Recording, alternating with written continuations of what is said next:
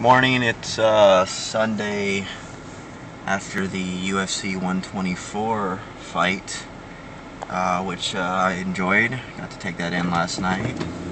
And just got done leaving Cindy's, little New York deli style, and right here in Dallas. But I'm going to share some thoughts on the fight. First on a couple of the prelims, televised card actually. John Howard, Thiago Alves. Most I can say about that is it any relevance? Thiago, is a ultimate gatekeeper. Has trouble making weight in the past. No takedown defense.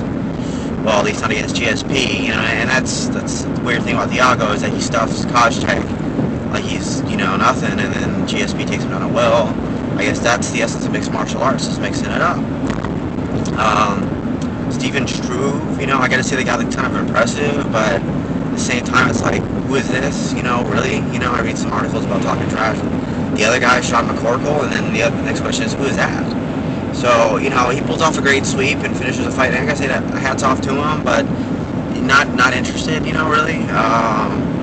Mark Bocek, saw him not to win against, pretty good Dustin Hazlitt, pretty slick submission, I give him that. Mac Danzig, it's good to see him back in action, it's always good to see a vegetarian who can kick people's asses, and I guess guys like Joe Daddy, that's a pretty good performance. Joe Daddy, I don't know if he's got a weak chin, or, but one punch and he's done. The main event, I gotta say, as a biased GSP fan, I'm happy about that. I have to admit, though, I was surprised. I was not expecting that good a performance.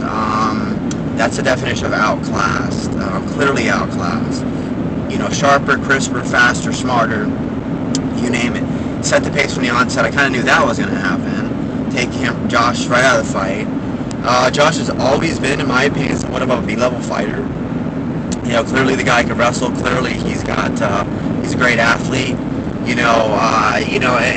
It goes to show, yeah, there's a place for talking trash and marketing and this and that, because clearly he got our attention, but at the same time, if a win doesn't validate all that unsportsmanlike, in my opinion, stuff, then a loss sure as heck doesn't. And no matter how badly you want to freaking mug out with GSP after you get your head kicked in, it doesn't take away from the fact that we thought you were a douche before, we think you're a douche now.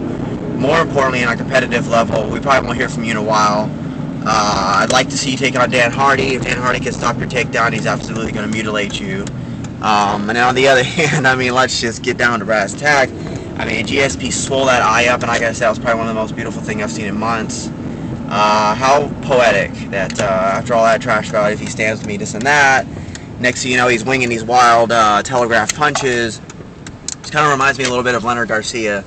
And that whole damn fan fight, which the best analogy I can hear is throwing fastballs, which is a great analogy, because if, as in baseball, if someone just continues to throw fastballs, you know what's coming, and the key is good pitching is mixing it up. A la GSP, throwing Superman punches, hooks, jabs. That jab was absolutely amazing. And that's effective. It really is. And Koscheck probably took a lesson because he looked like a fool last night. But have a good Sunday.